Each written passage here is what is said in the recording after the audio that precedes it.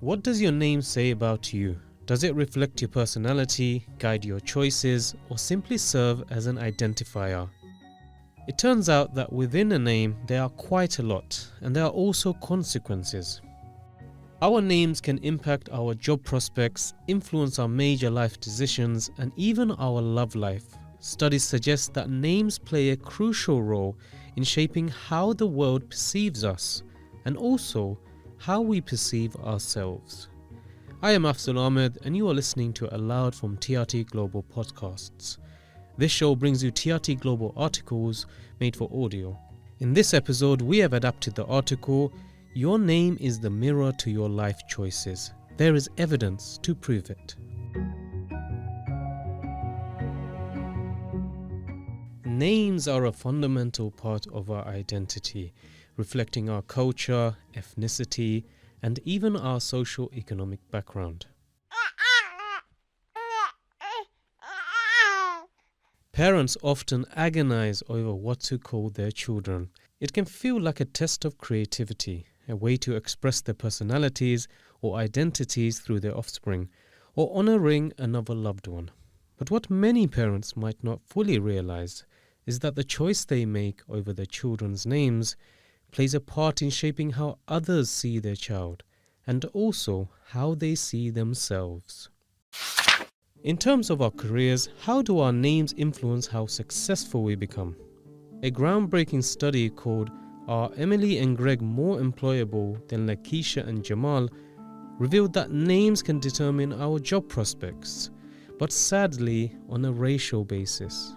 Researchers Marian Bertrand and Sendil Mulanathan created thousands of fake resumes and sent them to employers in Chicago and Boston. Sendil Mulanathan describes the study at a conference at the University of Chicago in 2019. What we did was we took resumes such as this, and we sent out thousands of these resumes to employers. But before we did that, for half of them, we put a name on like Brendan Miller. And for the other half, we put a name on like Jamal Jones. For those of you who are not familiar, Jamal is a very clearly and distinctively black name in the United States. Brendan is a distinctively and clear white name. And we had many such names. What were we interested in? We were interested in, is there discrimination in the United States workplace? Because these resumes are the same. All we've changed is the name. And we measured how many callbacks for interviews people got. What were the results? Somewhat disturbingly, what we found in this paper was there was a pretty big gap. White names elicited about 8.5% callback. Black names elicited about 6.19% callback. The gap gets much bigger if you look at resumes that have higher skill. It's about 10.7 versus 6.7. Just to put this in perspective, it means whites get called back 50% more armed with the same resume. So if you just translated that into unemployment lengths, you would see blacks have about a third to 50% difference in unemployment.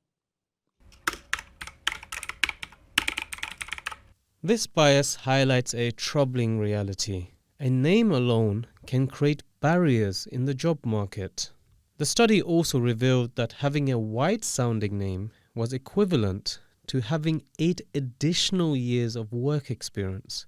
Now that is a big advantage, but this doesn't stop at employment. It extends to our social interactions and relationships. Experts say names shape self-conception. Rare names, for example, can lead to feelings of isolation, while certain names are associated with negative stereotypes, affecting how we are treated. There's a theory called nominative determinism, which suggests that people gravitate towards careers that match their names.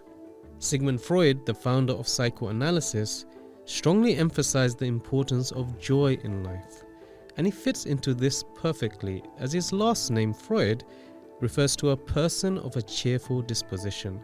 However, not everyone agrees with nominative determinism.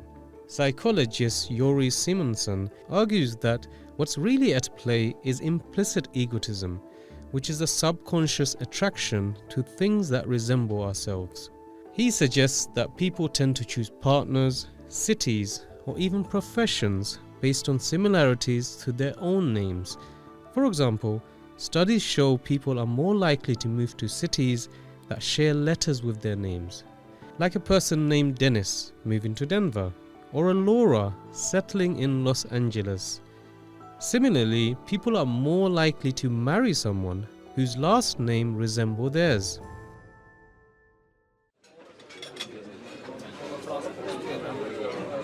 A German research published in 2011 found that having a name that sounds unfashionable is most likely affecting a potential date.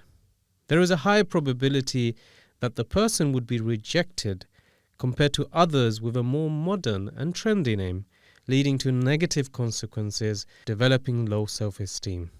Likewise, another study showed a lower tendency to receive help from a stranger if the person being helped carries a negatively rated name such as Cindy and Chantal, compared to names rated positively like Maria and Sophie. While most of us are stuck with the names we were given, new parents hold the power to shape someone's identity from day one. Would you go with a crowd pleaser that boosts social acceptance, or opt for something rare and unique that shows creativity and individuality? Some have said the sweet spot lies somewhere in between.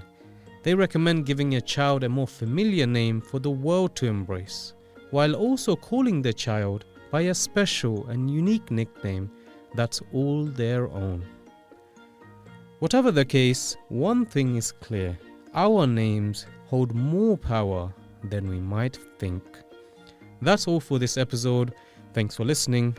This Aloud episode was an adaptation of an article on TRT World.